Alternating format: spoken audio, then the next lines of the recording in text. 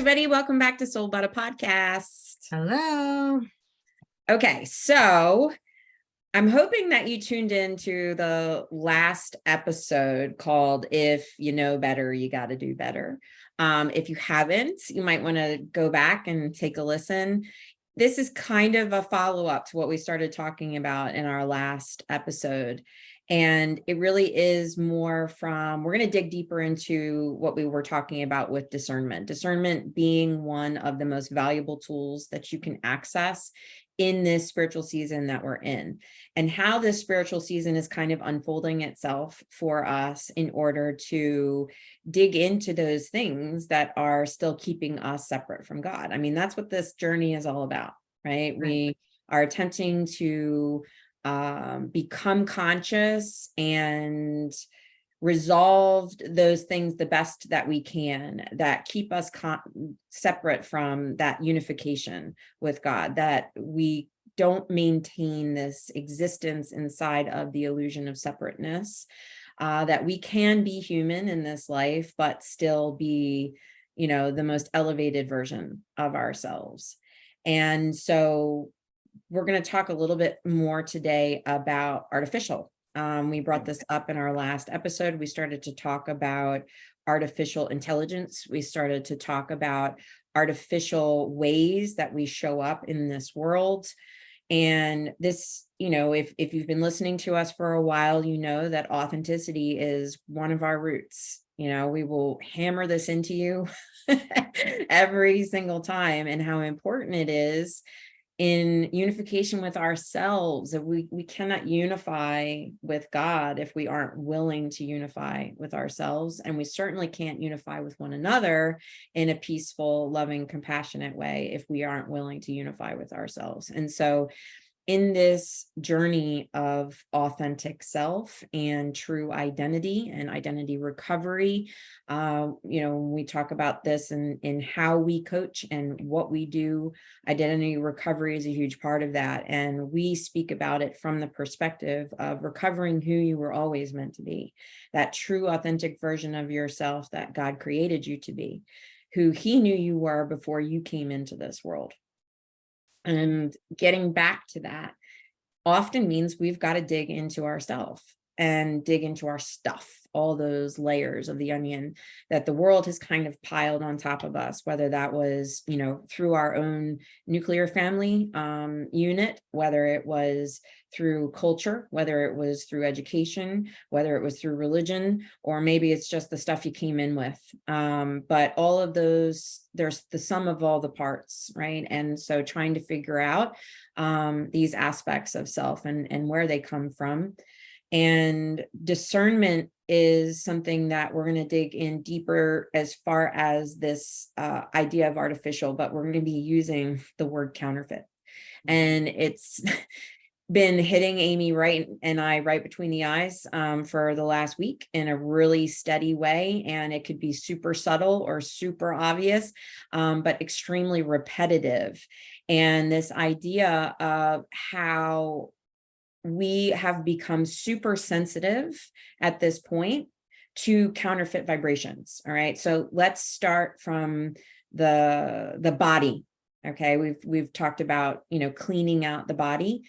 And from this health coaching perspective, Amy, talk a little bit about what happens when you start cleaning out the body and sensitivities. So, okay, first of all, I just wanted to say, I probably a few years back especially through COVID, I started hearing the word artificial all of the time. And it wasn't outside, it was inside. It was like God was giving me this warning, and He just kept saying, watch for artificial, watch for artificial. And I think now looking back, that's because I was shedding all of we can use the word counterfeit, because as we, are developing everything you just said, as we are developing as children, all these ideas are getting put into our head, all these belief systems are put into our head. So when you start shedding that's all the counterfeit crap that we've piled onto ourselves. So as you're shedding, I think looking back, God was telling me, watch for artificial, watch for artificial. So you brought up the body, as this was happening, this was right around the time that I think the eyebrow thing has been here for a while. And like at first it was cool. I mean, like anything, we go too far as people. We just go too far. Like it's, as an artist, it's like, it's starting to drive me insane because sometimes it's done really well, I'll just say, but other times. So then it was just like the booties, the like, I mean, this has been around forever, since the beginning of time. However we could do it, I'm sure we did it. Like it probably started with like lipstick and makeup for women. And I'll just speak to women because that's what I know. And then it was like, oh, how do I get this fake booty?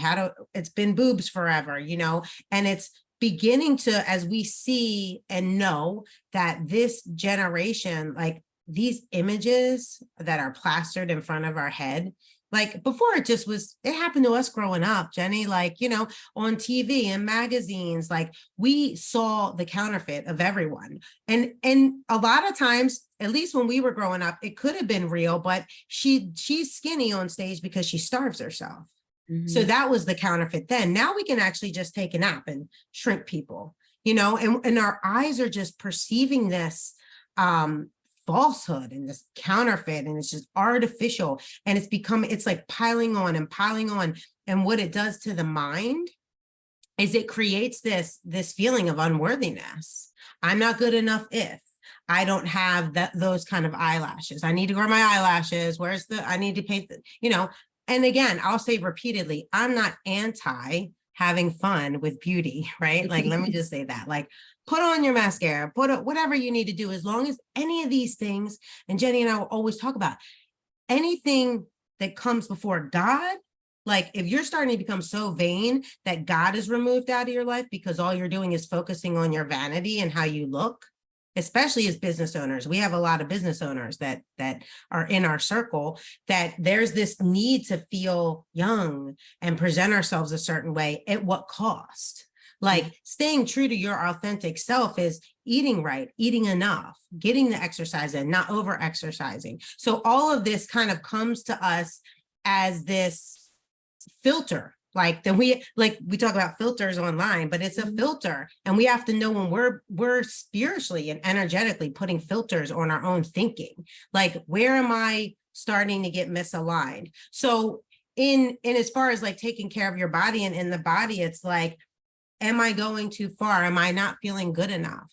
Is this a place that I need to work on, that I am, starting to recognize, like, for exercisers, I'm over exercising, right? If it's, dieting, or it's the beauty thing, the Botox, I'm just going to start with a little. And then before we know it, we're going in for another treatment and another treatment, like watching yourself slip.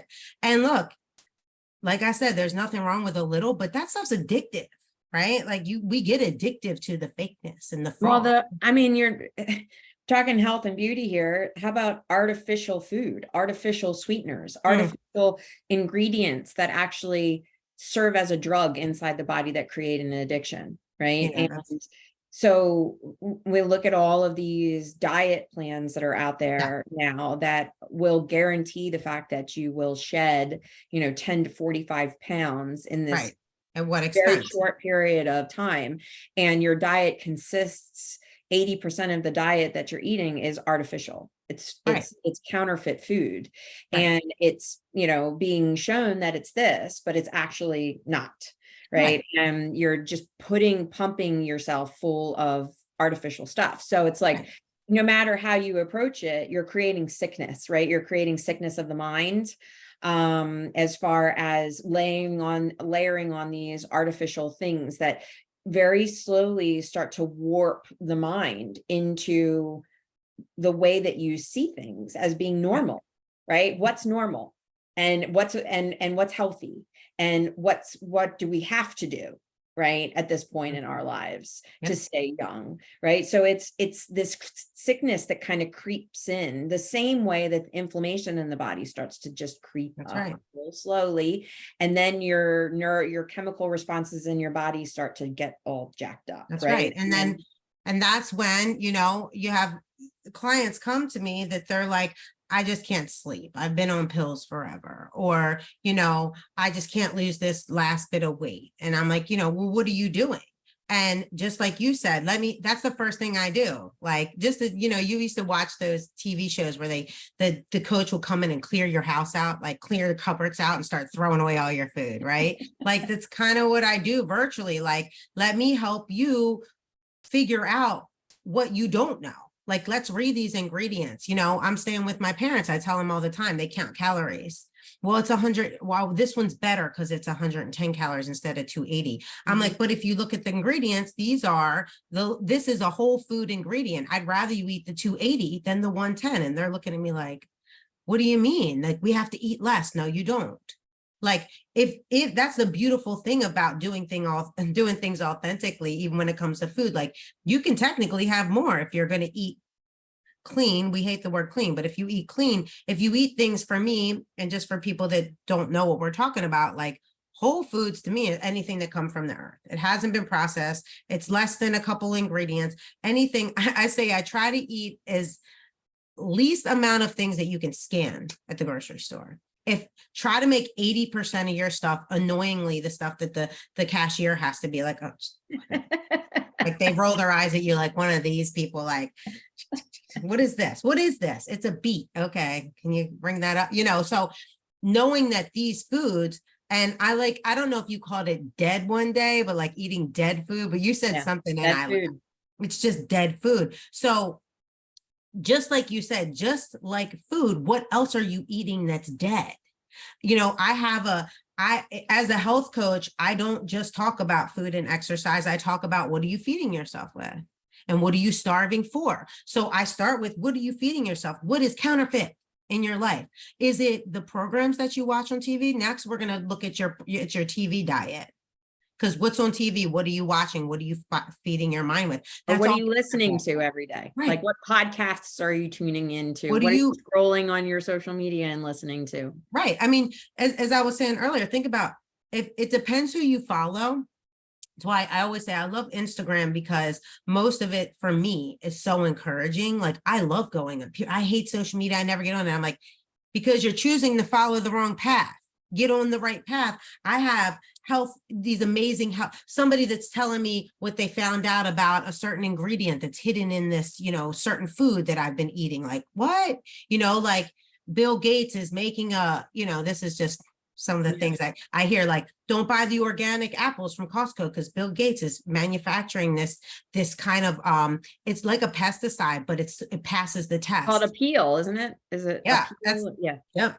Yes. So, it's like staying educated all the time about what is counterfeit and removing those things from your life, whether it's food, whether it's social media. Like, if you're following, we've all heard this, if you're following things and people that make you feel bad about yourself, stop.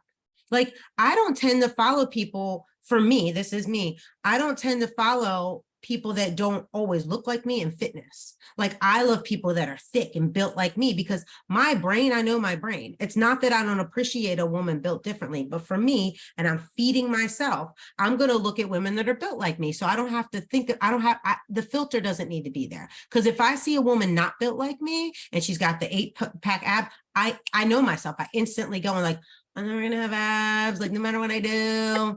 And just like, Jenny brought this up before the podcast, it's like feeling counterfeit because you follow you ultimately become counterfeit, because you start operating out of a place that isn't authentic. Like, I'm not good enough. See, I'm not good enough. If I don't have an 8-pack, they're not going to think I know what I'm talking about. So it's all in everything you ingest and you feed yourself with. All of this counterfeit, artificial junk is actually what comes back out of you, right? Because that's just the way life works. And then it becomes imposter syndrome. And, especially the people who have placed themselves in some sort of what we're going to call an authority position, right? Leadership position. And you are attempting to shepherd or minister, right? In whatever field you've been called into. And you get all the things that you have to do in order to get into this position, right? We've got this big long checklist that we create for ourselves, all these goals that we set. And it's, okay, I did that, what's next? I did that, what's next? I did that, what's next, right? And all the while we're looking for those that have gone before us to show us how to do it. Right.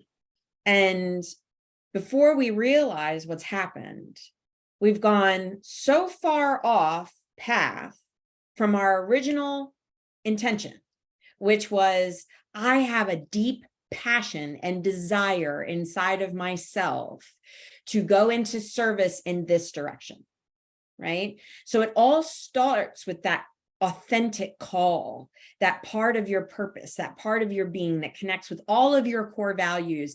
And you've never felt more edified in your life than in that moment. Mm-hmm. And then we instantly turn on the ego part that says, oh, okay, well, I don't have what I need to do this yet. And this is the first mistake that we make. Because the minute that you are called into purpose, you have everything you need in that moment. But we are not trained to look at things that way, right? We're not meant to look at the truth as it is in the authenticity of the moment. We instantly start pivoting out of that and start trying to push the external into us instead of the other way around, right? Where this job is inside out. We talked about that in the last episode.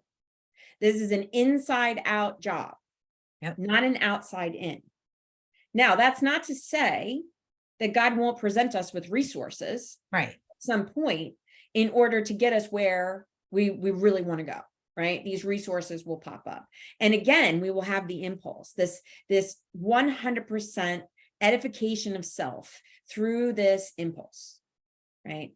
So this is where regardless of where you are on your path at this point, you have had moments of edifying impulses from God, and you have a whole inventory of counterfeit moments where you've veered out of that and started to look outside of yourself to fill a gap that you felt you didn't have it, right? And this, where we start pulling from that outside place to fill those gaps of I'm not that thing. Now where we've got all these chunks of other people, other artificial things that aren't part of us that we've stuck into ourselves, right? And so now we're this mosaic of a little bit of us and a little bit of God and a whole lot of all this other stuff. Everything else, right? And this is when the soul starts going, this doesn't feel right. And what happens? We go into an identity crisis, right? And we go into imposter syndrome.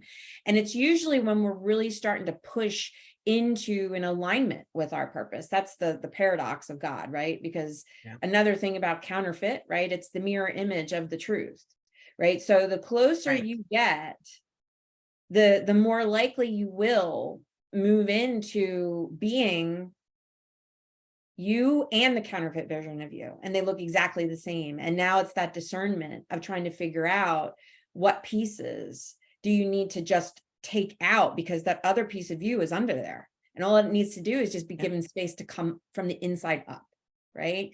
To complete that whole piece.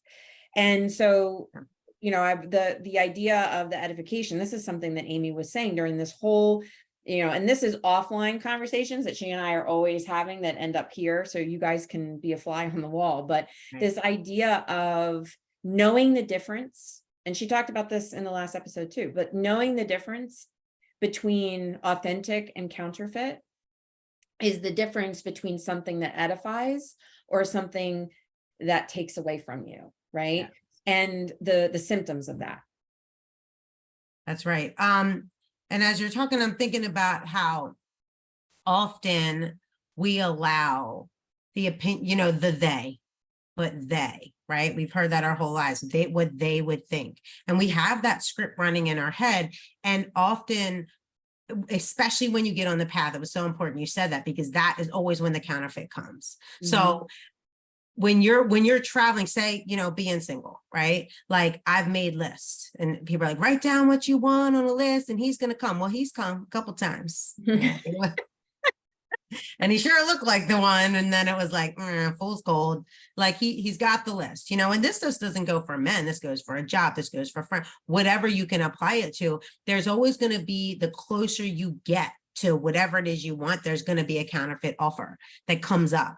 And that's going to be where you can prove yourself true or not, and where you are and what level you are with this, because I've gone round and round in this cycle. We talk about cycles all the time. We have a whole episode about it, but you're going to remain in that cycle until you can break free and get on the next cycle. But for me, it's knowing what is, looking out and having that discernment now.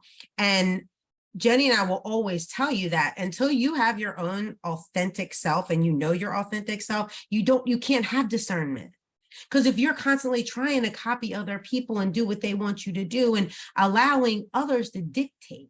I mean, we grow up like that. A lot of people are working in a job right now because their families told them they should.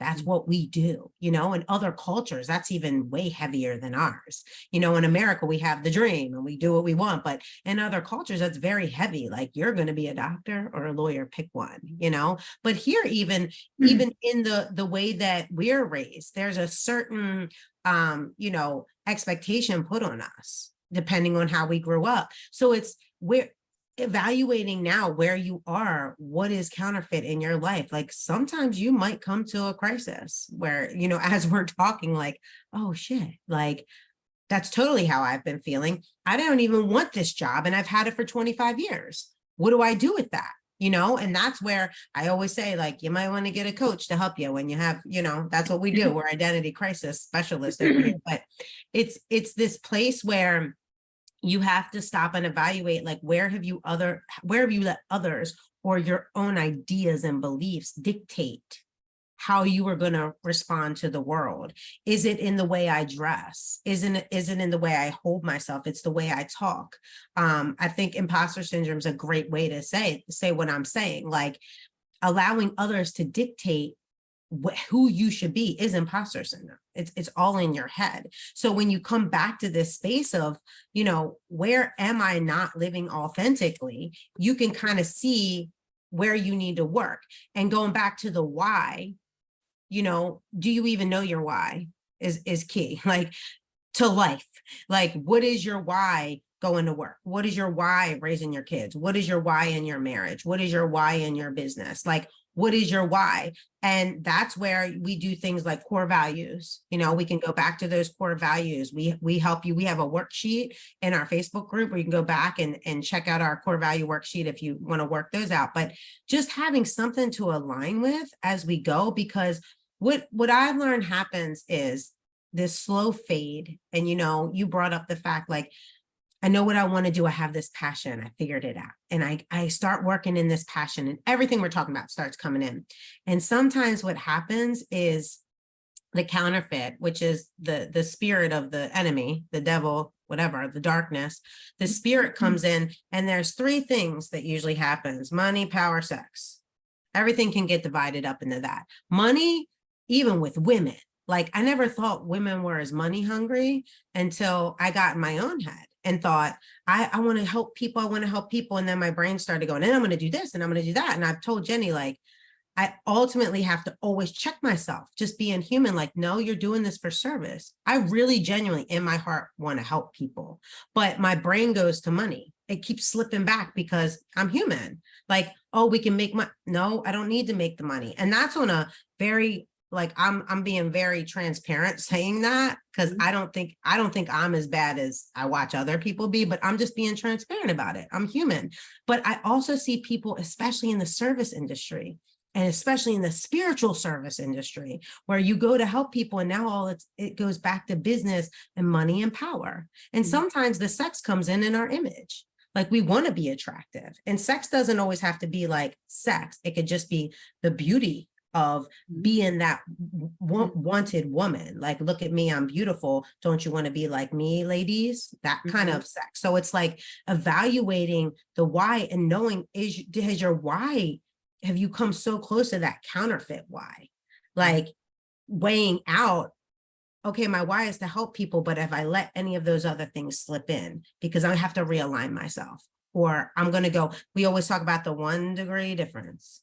If you slip out of that authenticity, and that the enemy comes in, is like, oh, you can make money doing this.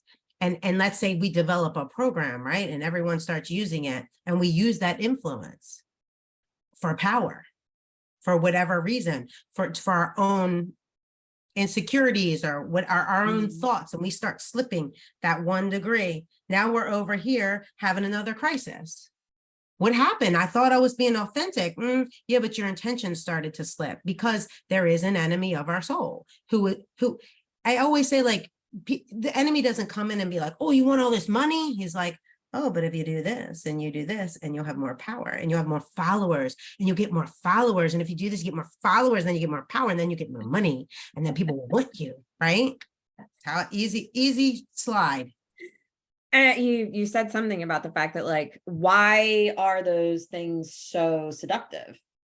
Because they take care of, it's the perceived magic pill for the shame we carry, the guilt we carry, the insecurities we carry, the broken pieces of ourselves that lead us to believe that we can't be authentically vulnerable, we can't be authentically out there because we are too broken. Right. Yes. And no one wants to follow a broken person. They only want someone who's fixed themselves. They're making 6 figures. They've already done it. They've been there. Like, they have hook, line, and sinker, the recipe for success. That's right. Right. When the idea of maintaining your authenticity is being willing to share whatever testimony is attached to that shame.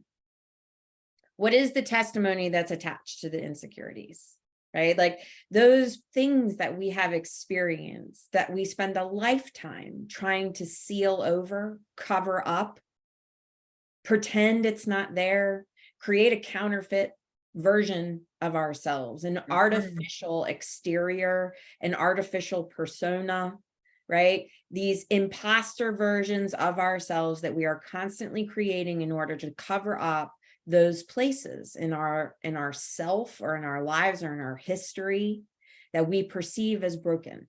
Right? I want to read you something that I found a couple days ago. And the quote is from Rumi, the poet Rumi, and it is, "The wound is where the light enters you." And I can never remember the name of the Japanese art form. Do you know the name of it?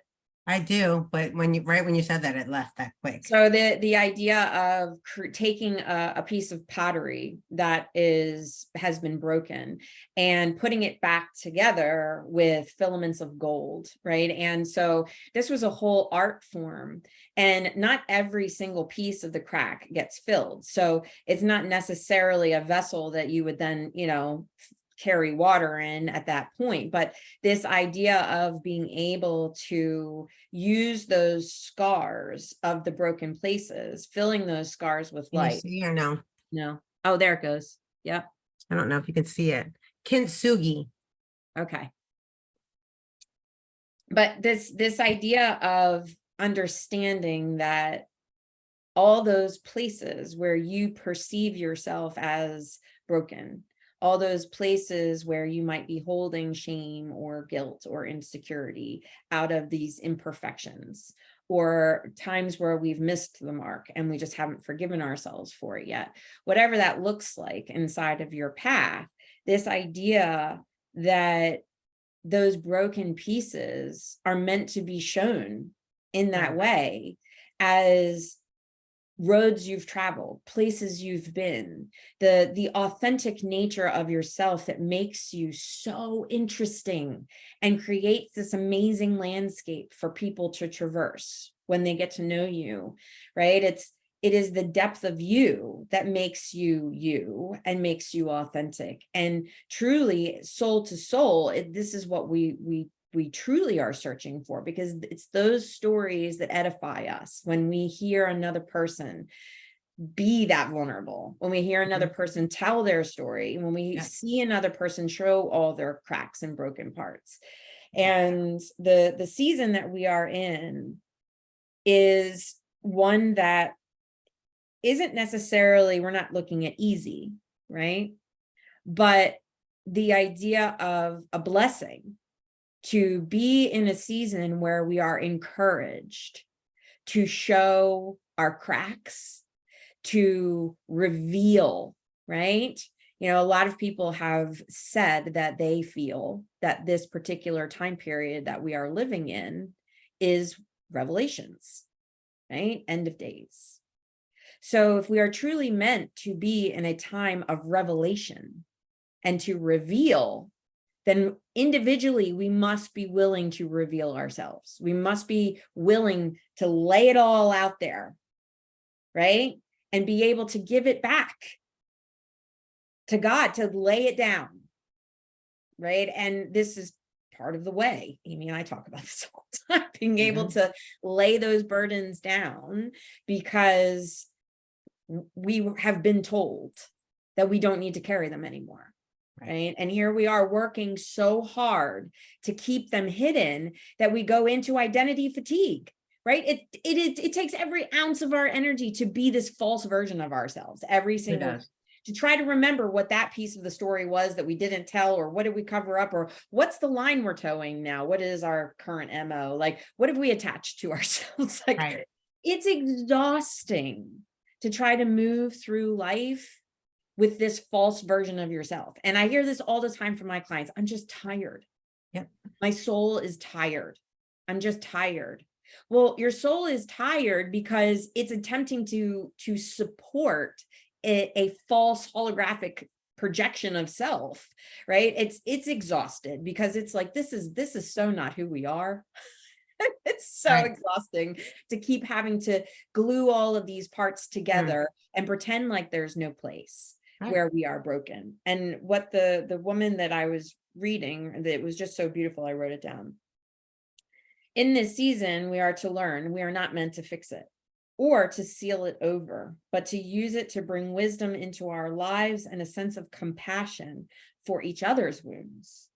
It helps us to know ourselves better, transcend our wounded behavior that would guide us to choose unneeded and undeserved suffering. These wounds, these points of light, are to be turned into points of potential. Allow your wounds to inspire you, to motivate you, to strengthen you, instead of viewing them as things that now hold you back. Right. And the reason why we don't, share, I can't help it. I have to say, I kept seeing a shirt that said, you got to show your cracks. Like, you got to show your crack. Show your crack.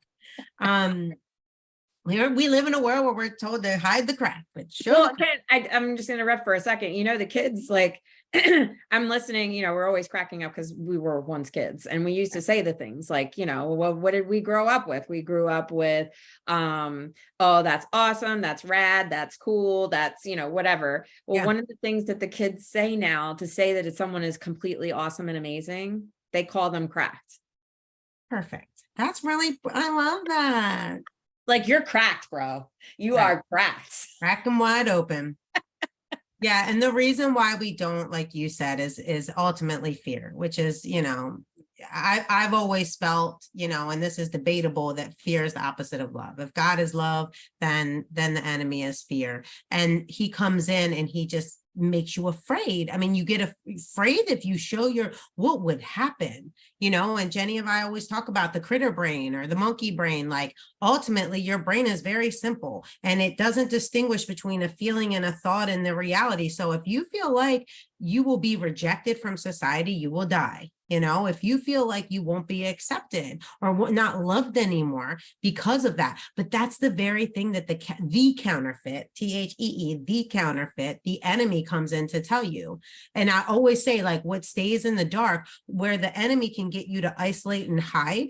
I think about all of the moms that we know that are just exhausted and trying, like you said, their best to just hold that mask on and hold the armor on. And they're so exhausted and they just want to break down and cry. Like, they're not as perfect as they're coming across when they walk their kids to the bus stop or go to the sports games and stand in there. Everybody has to pretend like life is great, but it is, you don't want to announce your problems to everybody, but you should always have a tribe, and you should always have a community. And, that's what's so beautiful with, the Christian religion, and took church and wrapped counterfeit all around it. But ultimately, like, that's what church is supposed to be. It's supposed to be the body. That's, we're made in the image of God, because as people, we are a body. We're supposed to help each other. One's the hand, one's the arm, one's the leg. So in that little pocket that God gave you of the people, again, if you're not living authentically, your people aren't your people,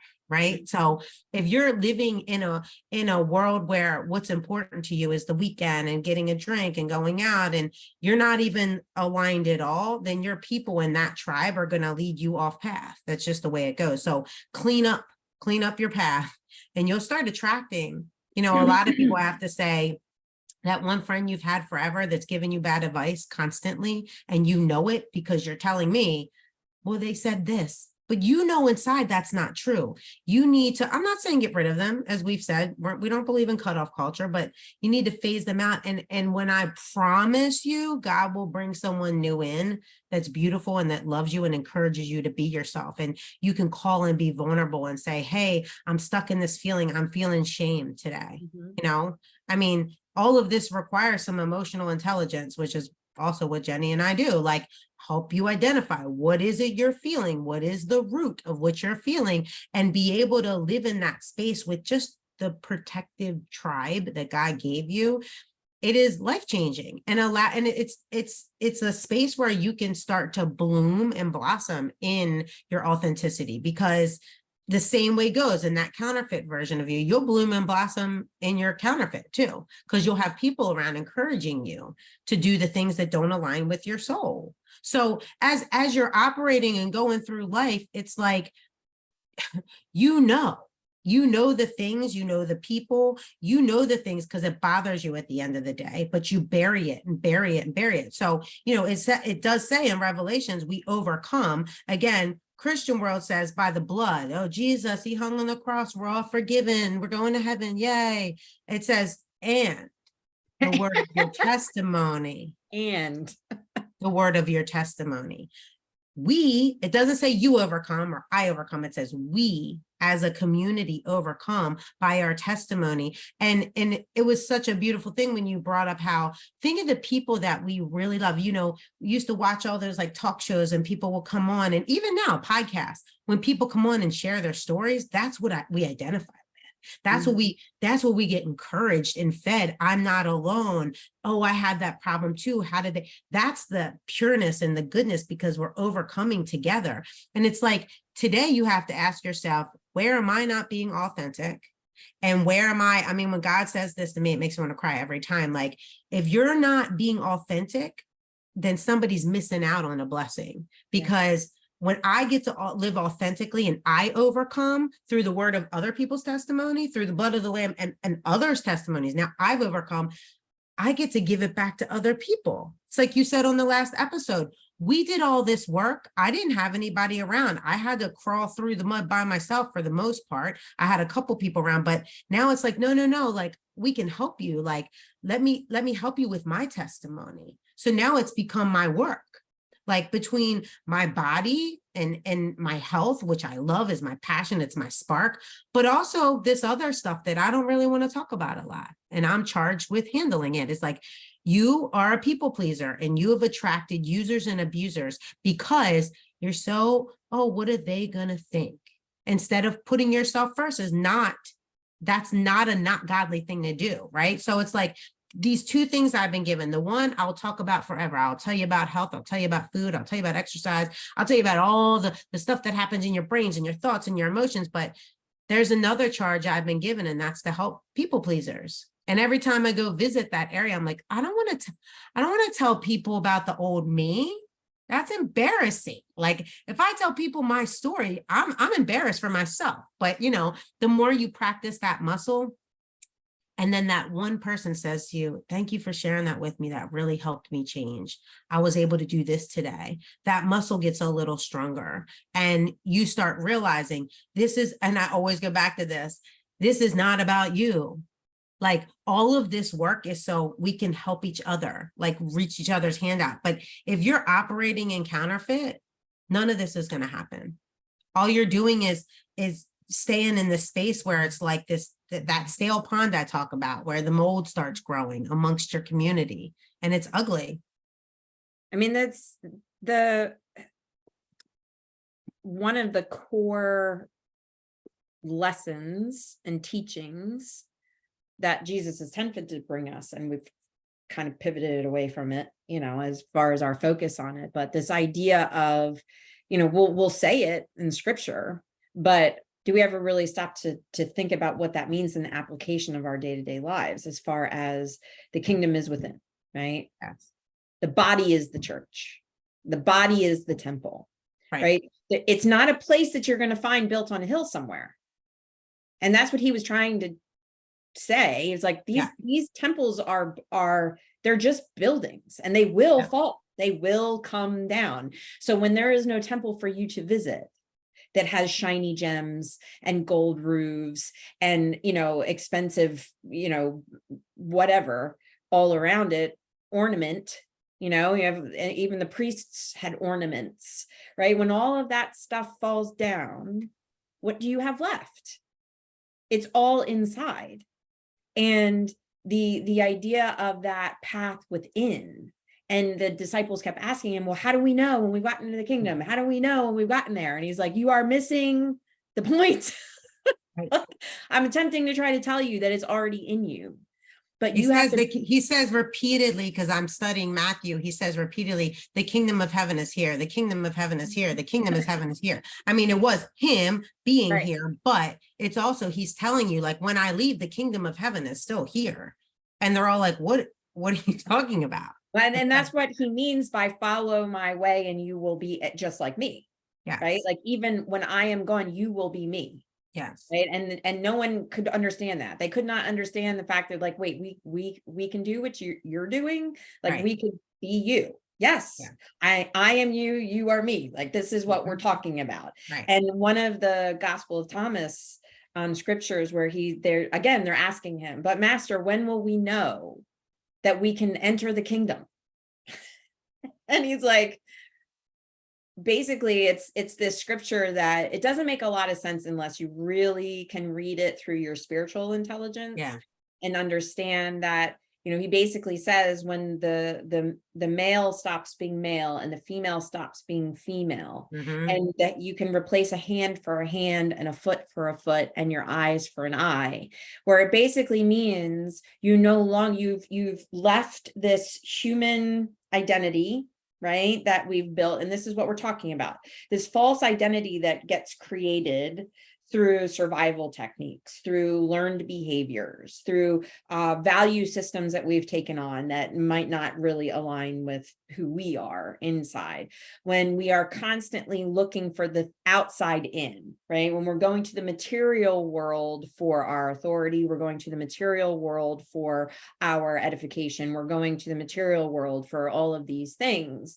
And he basically is saying to them, when you actually take it within and you shed all the things that you think you are, and you can look at another brother or sister or anyone in this world and know that you are the same, right, inside of your soul, then you will enter the kingdom, right?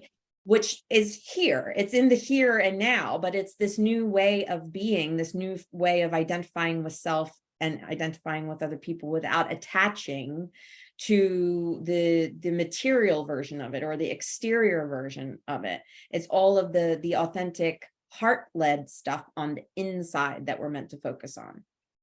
Yeah, and just if you think about the kingdom of heaven being within, it all goes back to me to authenticity. And this is like part of my journey, that my testimony that started out, when I was turning 40 and God said, who are you? And I didn't know the answer. And that's the journey that I took. And it's ultimately the answer to that is like, it's the I am, and going back, I read something the other day, instead of like artificial intelligence, the AI, it's the I am. Like that's the counterfeit mirrored version. It's the I am, because the I am in us is God. That is the Godhead in us. And it's that aligning of like who God says we are. If he says, and this is really hard for people, and this is what, is part of our program, like learning where you became detached from God. Was it because your daddy didn't love you? I mean, I'm just going to be honest. Like, how can I think of, they call it Father in heaven when I didn't have a daddy that loved me? How there's so much that goes into your relationship with God and healing that, so that you could even begin to understand what he calls you.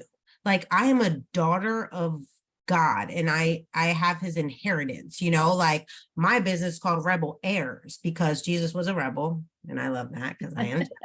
And because of the heir, like to be able to speak that over myself constantly, like I am an heir. I'm an heiress, like of God, like that charge that I can be free, and I can be free of other people's opinions. And if I follow him, I'm not going to look like the world. And that can be really scary. But let me tell you something, ever since I started to, there's scary parts of the walk where a lot of people have experienced, like the breaking off of people in their lives, like I talked about earlier, where like he starts isolating you, and when he elevates you, you start isolating, and it can get very scary. But as I always talk about, that's the outside he sheds, but it's like the chrysalis, like he's building your wings up, like you're dissolving into mush and you feel like you're dying.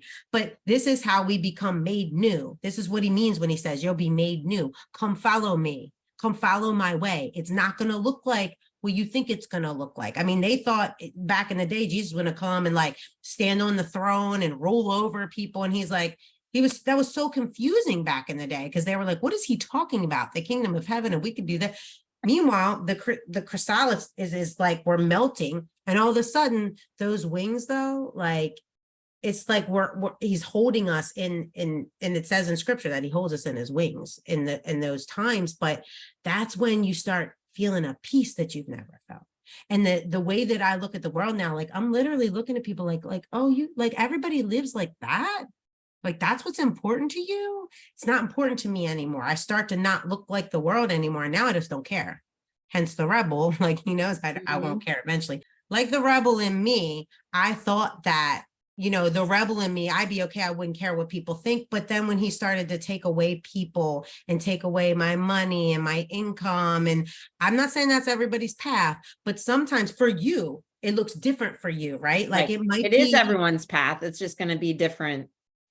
Right. For each person. It shows up differently. It might be, like I said earlier, it might be that job you've been doing your whole life, and that's your comfort zone. Like he starts shedding your comfort zone, whatever those things are that you hold above him. It's for the dross.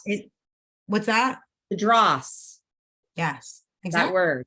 Yes, there it is again. I mean, that's the Buddha. Yeah, it's like the separation, the process of getting to the Buddha, right? That divine fat in there, like the most purified, rich version of self requires the refinement process that you're talking about. Yeah. This idea of breaking it off, burning it away, like whatever that is, think about it. It's like, you can't, it's not counterfeit gold or silver if it's gone through that high heat refinement process and been made pure, versus melting away, burning away, whatever turning your skin different colors, right. I was going to say, like, I used to have a nonprofit, which I still love the name, like, is the Mark of Love. And I was thinking about the mirror image of the Mark of Love. The Mark of Love is the mark of God, and how, like, love always leaves a mark, which is from The Shack. Yes, my favorite movies and books. And it's like, even though Jesus came back and his body was perfected, he still had the mark of love. And I think about, like, as you're talking, like when we wear the jewelry that's not real gold, like it leaves a mark, but it's a counterfeit mark, and it's ugly, right? And the dross is, for some of you that aren't familiar with that term. So when you're in the refinement process of precious metal, the impurities will rise to the surface during that heat process. And this is what the refiner will skim off the top. And all the stuff that gets skimmed off the top through the refinement process is called the dross. And this is the stuff that, is what slows down our purification process or whatever. So, refinement is always something that goes into this spiritual walk. You'll hear that word a lot. Going through the fire, in ancient cultures, the masters that came before Jesus that knew he was coming called him the phoenix. What is the phoenix? The phoenix is the bird that rises from the fire, rises from the ash, right? The purified spirit of that fire is the phoenix, right? And it defies all laws, natural law. So it like this idea of the refined version of yourself, that the butterfly, the phoenix that rises from the ash, that part of yourself that is the dross has been removed, the impurities have been burnt out. And that process, like Amy is talking about, is like, that's more often than not what the ego will choose the counterfeit for, because it seems like the easy way out. It's like, well, that looks exactly like that, but this is even so much easier. I mean, that path looks so much shorter. I think that I'm just going to take a shortcut and go that way instead of that way, because the result looks the same. It sure does. Yeah, I love it. And that the impurities of the dross, the impurities, that is the counterfeit. That's the counterfeit stuff that has been put on us, either, like we say, by others, by the earth, by our nurture, nature, but also by this, like our belief system. Like I always talk about childhood and like what made you the way you are, but really, like, we're continuing on this path. And again, like, while I'm scrolling social media, new belief systems are being made. These are the things that we ultimately constantly have to be purified. And once you get that good, like, deep refinement done and you are the butterfly, like, you're still going to get dirty, but it's a lot easier to get those things off and identify them and go, oh, that's why I said, like, sometimes I have to stop following certain people. There's nothing wrong with them, and I think they're awesome. But if it's creating something in my mind where I witness, like, it's making me put myself down or feel not good enough or any of those thoughts, I have to unfollow, and I have to start following people that are more aligned to what, not just aligned for me, but aligned to what I want to feel about myself when it comes to social media or my friends. I mean, I had to be like, I can't hang out with them as much. I don't want to talk to them as much, like, and maybe it is the job. I had to quit the corporate world. I always knew I wasn't aligned with the corporate world. Like, I always wanted to be an entrepreneur, but I had a kid young. So I had to do what I had to do, and I don't regret it. I'm glad that I provided him, the comfort. And a lot of people are still in that space right now where you have a family, you have children, you can't just jump off and like start a business. And, these are the things that it's a slow walk. It's just a slow walk. We always say that this whole journey is about one small step. That's it. That's all God ever asked us to take. And I remember he showed me scripture that says, I'm a lamp unto your feet. And I remember him speaking to me so gently and saying, Amy, why do you think I said I'm a lamp? I'm not the day, I'm not the sun, I'm a lamp unto your feet. Why? Because I'm only showing you how far you have to go. I'm only going to illuminate what you can handle right now. So as we talk about all this stuff, you don't have to worry about it all. It's more just to try to evaluate in your own life, what is God illuminating of all the things we've said? What is God illuminating to shine the light on those impurities? What is it in your life he's trying to burn off right now and get the counterfeit out of your soul so you can get back on track? And so I think that's a good place for us to wrap up today, because we always like to be able to offer you some sort of application, right? It's like, but how? Okay, I hear everything you're saying and I hear how important it is, but how? Like, how do I begin? Right. And so the ego attempts to shut us down by taking us so far ahead into the future that we get so overwhelmed with the idea of whatever that's going to take that we just don't start. We become stuck inside of that. And so this idea of the illumination of a single step, right? Like, we hear this all the time, and I don't think we give it enough credit, how these tiny little changes, these tiny little steps create these immense movements in our life. And all it is just looking at one foot in front of the other. We're not looking that far ahead, right? And so I think out of everything that we've talked about today, this idea of discernment, right? And how do we start flexing that muscle? And it really is just the identification of the symptom of it, right? And it gets pretty simple when you look at the direct effect that an edification moment has on you versus a counterfeit moment. Okay. And so if you have something authentic going on, you are going to feel inflated, elevated. You're going to feel excited. You're going to be filled with the anticipation. You're going to be filled with a sense of passion and purpose, right? Something that lasts. This is a feeling that lasts. It's sustainable because it's coming from inside of you, right? It's been provoked. It's something inside. The flame has come on. And that moment where it is, I am that, right? And that is what I'm meant for. And that moment of identifying inside of that level of purpose, that's an edifying moment that is sustainable, right? That it will be there long after those temples fall down, long after those people that you're watching on those podcasts or whatever it is, long after they're gone, right? And they've fallen. That remains. When we get into the counterfeit stuff, that stuff never lasts.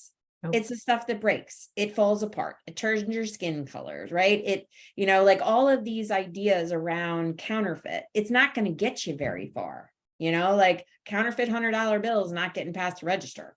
So, like all of this idea of counterfeit also means very short term, right? Where you are going to have to constantly go back and feed the beast. And feed the beast and feed the beast over and over and over again in order to get that hit and get that high and that feel good, right?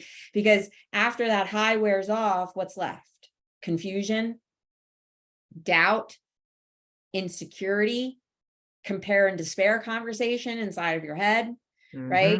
And so this idea of discernment only takes you into one conversation.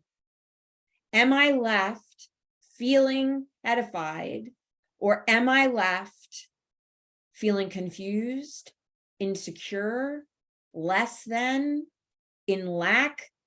I don't have it. I don't have enough. I need to go do that. I need that, right? In order to keep feeling like this.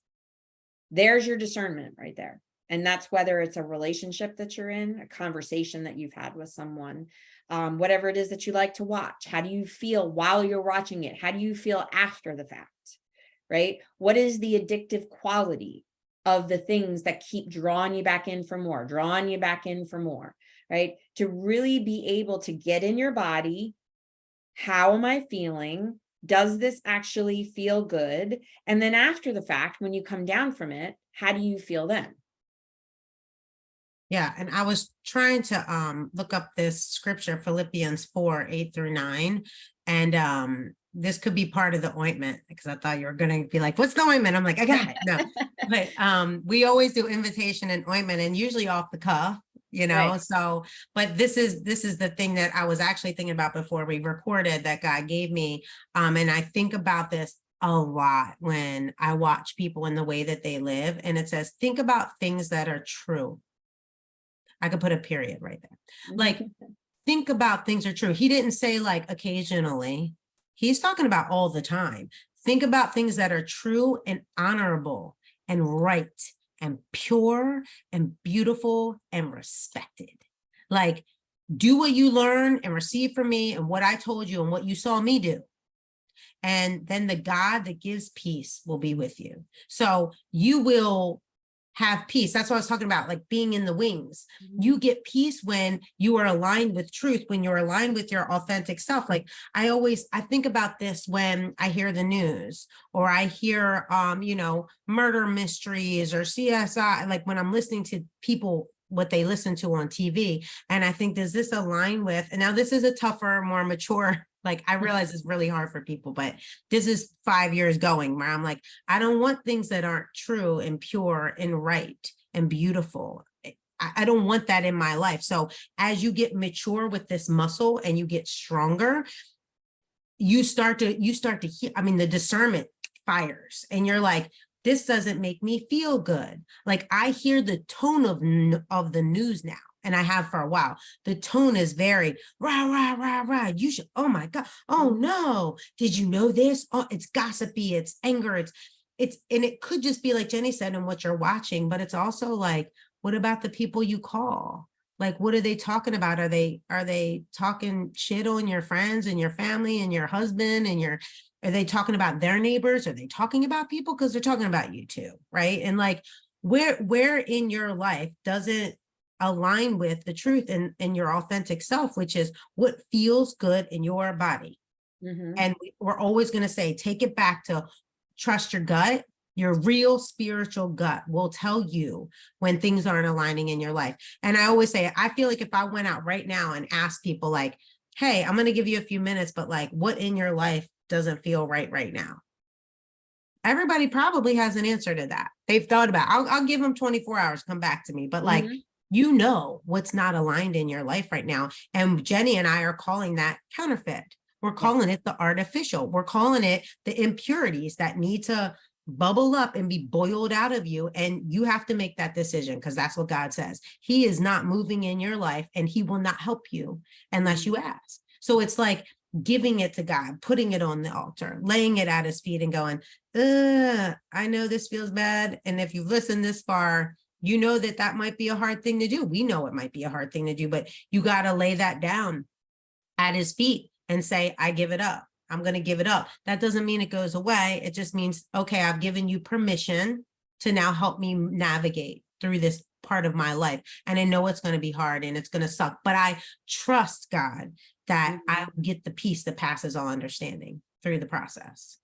And it's amazing how, you know, we have been talking about aligned action, which means that there is a doing inside of the being that is required, one foot in front of the other, right? There must be movement through, but this idea of having to work to get somewhere is a little bit of an illusion as well, because once you speak it out, write it down, create that intention, and you put it down there, it just instantly starts to happen. Right? There isn't anything that you have to do at that point. You've laid it down. You spoke it out. You've made a declaration of intention and accepted the invitation. Right. That's what you have to do. Everything else will just start moving, because you will, through the laws of nature, natural law, the way that God has set it up for us, the minute that you do that, you will magnetize in everything you need, every resource. You then decide, is that resource sustainable for me? Or is this something else that's counterfeit, right? And we only do that just one step at a time as we're moving through this process. But it takes the idea of all the things I have to do away, because it's just going to be laid at your feet, one thing after another, right? And you just have to keep doing the same thing. Stay aligned, be in discernment, stay connected with yourself, stay on that path, and you will walk through every fire. You will rise from every ash. It just happens. Yeah. And yes, is there linear time involved in this that we're never really sure about? Yes. There is that part of the doing and the work that is, you know, when one day we look back and, oh my God, it's been 5 years since I've been doing the work, right? But it's not that way. So if this is new to you and in this idea, it's not, because you've been doing it your whole life, right? You've gotten this far, one foot in front of the other, responding to the things that are in your life, right? This is just a much more aligned way of bringing in stimulus that matches your authentic self versus an external stimulus that's a product of the counterfeit imposter syndrome self, right? And that's the most important part, Jenny, that we're saying, that, you know, when you have aligned action is aligned to your authenticity, because you can align with counterfeit too. And bringing back up what I said before, the counterfeit of money, sex, and power, and trying to gauge your why. What is your why for? Is it ultimately in service to yourself, to others, and God? Or is it ultimately in service to yourself and money, sex, and power. And again, sex could just be people be feeling wanted in that way of like, I'm thinking of like social media influencers, you know, like that is still sex to me. I put it in there, and a little power, but realizing like, what is the why? Why do you want this again? Because if we're not careful, sometimes the enemy is so good that he can make it seem like, you know, he can make it seem like this is the path you should go on. But I think that that's what requires like lots of time with God and staying in meditation and doing the work to even get aligned in the first place. Like you have to, a lot of people aren't there yet and they're feeling everything we're saying, but there's a first step you have to take and make sure that you believe that you are a child of God in the first place, and that there is somebody that is next to you and holding your hand and leading and guiding you. And then the second thing I wanted to say was that you were saying like, you know, the linear time. And I always have to remind myself of this.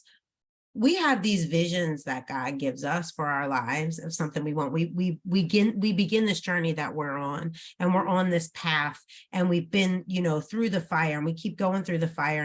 And I have this vision that I'm walking towards, and it's like this linear goal in my head. I want to get there, and until I get there, I'm not accomplished. And like you said, like, it's not time for me to share. It's not time for me to do the work. And God is doing so much in between those 2 points. And that's the stuff that matters to him. He could give you that thing you wanted today.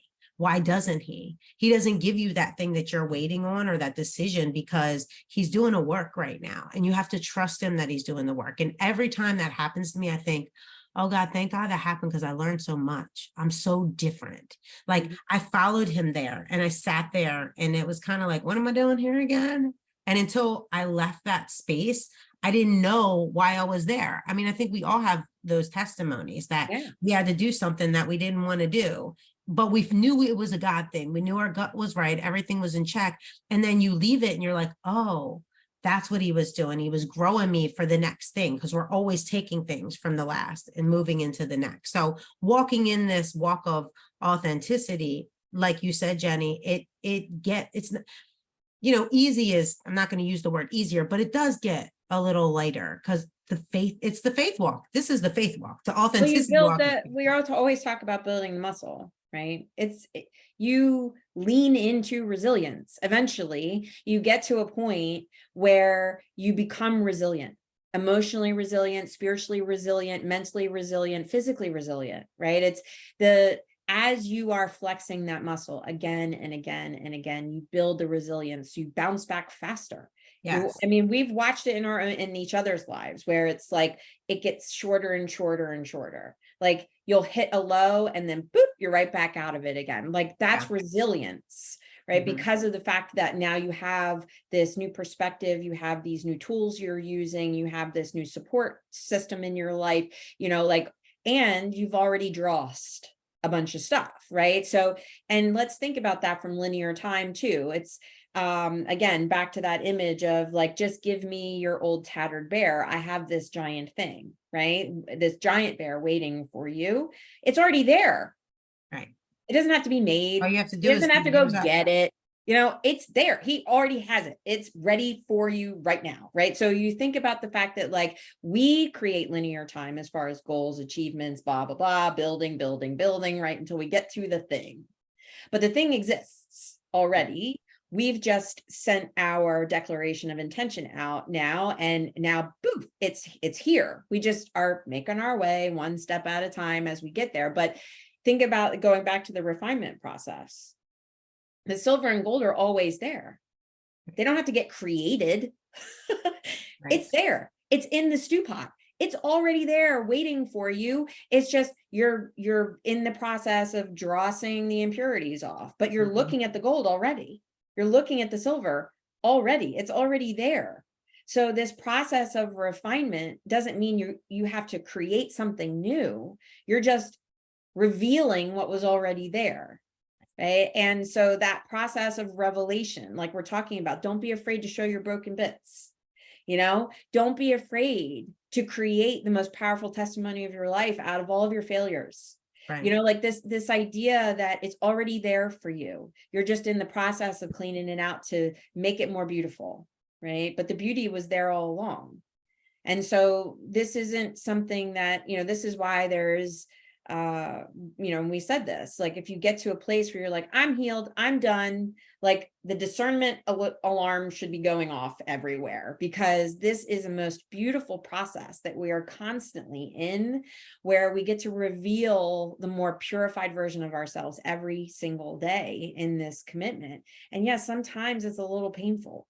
You know, sometimes there's an ouchie that, you know, we get a little scorched by it, but this idea that it's already there, it's just waiting to be uncovered. And so, you know, having a team, like we say this, we'll just say it over and over again, that support system is so important, because the enemy will seek to isolate you and tell you you aren't worthy, and that your stuff, your cracks are a burden that no one else wants to take on, that it's too ugly, it's too unlovable, that it will ultimately end in your abandonment. But the truth is that pretty much every single person on this planet is looking to be released from their imposter syndrome. Every single person on this planet is looking for a companion in authenticity, looking for a companion in vulnerability, someone that they can be completely naked with in every single way and still be loved and still be accepted and not be judged. We're all looking for it. And so when you come into a place where that enemy in the mind is saying, if you do this, you will be abandoned. If you do this, you will be unloved. It's a lie, because for every one person that might have to break off of your life, there's 5 people that God's bringing in to create a tribe around you. Yeah. And there's, you know, there's a part of you that can control these thoughts, but you know, I was sharing with Jenny the other day, my muscle's pretty strong right now, and I hope it gets stronger and stronger, but I felt the onslaught of the enemy come in, and it was like he was bringing back all these old thoughts and things that I still need to do and haven't happened yet. And I was so attuned to the counterfeit voice, and I've been doing this for years, but it was deep and it was dark and it was happening fast. And I felt like I couldn't get out of it. So what I did was I had to start, you know, some people, you know, these affirmations that you might have that can help. But for me, it's the just total belief that I don't believe that. I'm making a choice right now. I'm like, God, I don't believe these voices. I don't believe that's true. I know you got my back. And I just kept repeating it and repeating it and repeating it to get myself out of that space. So you have God, your own belief in yourself, or disbelief, because there's two voices in there, you know, angel, devil, whatever you want to call them. That is you. That's all your choice, who you're listening to. And you're right in the middle, and you get to make that choice, but you can call on God to help you. But then you have your peers, you have your coaches, you have people that it's so important. And if you don't have that, you at least have God, because God is the one who make sure you're not alone. He said, I'll never leave or forsake you. I'll never abandon you. And a lot of times that doesn't feel true, but that's our choice. That's our fault, that not fault, but that's our choice. You have a choice right now to decide, I'm sorry, God, I haven't been listening to you. I know you've been tugging on me here, and I'm going to change this one little thing. I'm going to take this one little step towards you. I'm going to give you this little thing. I don't know what Jenny and Amy are talking about. I really want to burn, but but knowing that I'm going to come out flying, you know, it says in Revelations that this woman who went to the wilderness grew wings like eagles, which I read like right around the moment in my life where I felt like that. Like when he says mount up on wings like eagles by strength, it's like your strength will become that way. That's what it is. It's this feeling of it's the empowered feeling that you move in. And the more you move in that authenticity, the more you become this person that discernment's nothing. Like discernment is like, oh, nope, that's fake. That's fake. Because when you're living in authenticity, you can see and spot counterfeit instantly, including in your own mind. So we've been, Amy, you know, just lightly over Marco Polo the other day, we our morning check-in. She's like, yeah, I spent the whole morning reading Revelations. I'm like, that's a light reading. She's like, I don't know. I don't know how I got there, but I did. And then I just kept reading. And this idea of this repetitive message of, you know, God presents itself in all of these different ways, right? God presents itself, we deny him. God presents itself, we deny it, Yeah. over and over. And the suffering gets deeper and deeper and deeper, right? So in a season of revelation that we are in right now, you better believe that God's just going to keep showing up for you. And if you turn away, you are choosing to suffer. Yes. And it will get deeper and it will get deeper and it will get deeper. So you're going to burn anyway. Right. Just True. which level of flame are you going to burn in the Sacred Heart? Are you going to burn in eternal damnation? I don't know. It's your choice. But this idea of the season of revelation is going to bring suffering forward. Why? Because you have to be in it to discern it, identify it. Why is this out of alignment with me? Identify where your identity is completely vercocked, right? It's like, where am I not aligned with myself, my soul? Where am I not aligned with God? And you know that because it's in those places where you are suffering from imposter syndrome, right? Yeah. And those areas where it may have gone right into your body, that deep set fatigue. We are so exhausted from holding up this version of ourselves that is not real, right? And the whole life we've crafted around this false version of self. And the deeper we dig into that and the more we turn away from these opportunities that'll just keep coming, the deeper the suffering becomes. And so the choice is yours. Use this time of revelation, recognize where you are already suffering, right? Because there is some place where you are out of alignment. Step into it, start using your tools of discernment. And once you're able to see and discern and know this is not right, then we dig into our core values and we create aligned action, right? So it seems like a very simple formula, I know, but it's this idea of once you get started and you start flexing that muscle, you do become more resilient in the process and it becomes more second nature. But until you are able to get to that place, you have some personal trainers here to help flex that muscle. So will we say that the invitation is to, God is asking us to look at our lives, evaluate our lives to find the counterfeit? Yes, reveal ourselves. We are meant to reveal ourselves right now. Mm-hmm. So the ointment for that, what would you say? The ointment for that. I mean, you just listed about 50 things that people can do, but if God is presenting us with, I want you to see what is counterfeit, and how is he going to help?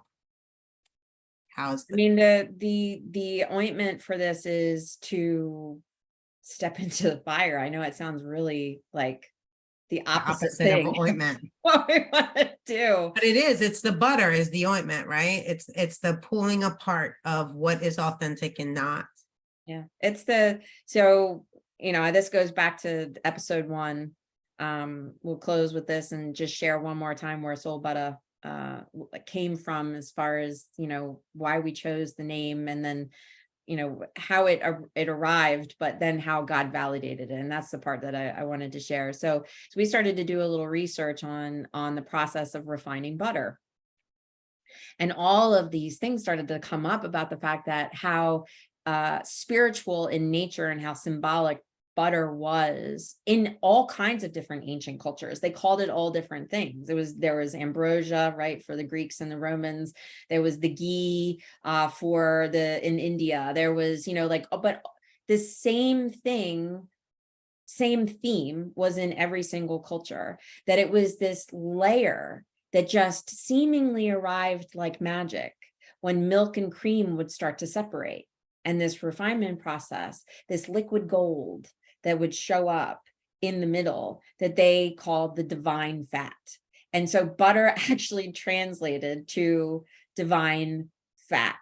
And then this idea of it being an ointment used as butter, but also used as medicine, used to put on the altar. Like it was almost a currency. It was just so valuable. And so this idea of being able to lubricate our lives, right, with this warmth and this divine fat, this what we call the ointment, this idea that there is some sort of alchemy in there that's always waiting for you. You just have to step into it, step into that refinement process, and join the divine fatties, That's right. I love it. Yeah. And something I had written down earlier is just to reflect back one more time. The ointment is in your testimony. Ultimately, it is in why you are who you are, and to be able to share those things with others, like to share the fat, share the fat with everyone. Everyone loves, but the why and the passion, like go back to the why that you do what you do. Why is it you want what you want? Start evaluating where does your passion lie? Where are you not aligned in your action in your life? And we're not telling you to quit your job or leave, a relationship right now. We're just saying one step. What is it you can do? And sometimes it could just be doing something that you love sometimes. And like align, God's like, come over here with me for a little while. That could be the first step for some people. Just make some time for me so I can show you where the counterfeit is. And once he has shown you the counterfeit, ask him, where should I move? How should I start to pull this out? Like, I love that person. I hang out with them every weekend, and you're telling me I got to get rid of them. When I tell you, if you say the prayer and you give it to him, the magic appears and he makes things happen. So you don't have to do anything. You can allow him. It's just the process of giving him things and watching him work. It's the courage to just make the declaration of intention, right? Yep. And once you do that, that's essentially, you have already taken the first step to put things down without even removing anything from self. Right. You just made the declaration, and then it will all align. And those things that require your aligned action will appear, and one step at a time. So we're going to say thank you again for sitting with us and listening to those things that we feel are important in this journey of the soul, and the things that God has spoken to us that we know we're meant to share. And so we appreciate each one of you that sits to listen with us. If you want to be a part of the community, don't forget to go over to our Facebook community group, the Soul Buttah community group. A lot of the resources we talked about today are right in there waiting for you. We are getting ready to launch our retreat. So go check there, as well as soulbuttah.com for the retreat information that's coming up in November, the 12-week programs that we're introducing, but also just one-on-one coaching, these ways that you can actually start bringing in a support group if you don't already have one. We've got multiple levels of ways that you can participate, whether it's just a one-on-one with the two of us, if that's what you prefer, or into a broader expansive community where you can start developing a new tribe of people that have aligned action in their life. So we just want to say thanks again. Come find us on Instagram, come find us on Facebook. Don't forget to like and subscribe here on YouTube to support our channel and share with family and friends. And as always, we wish you a blessed week, and we'll see you next time. That's right. See you next time. Bye.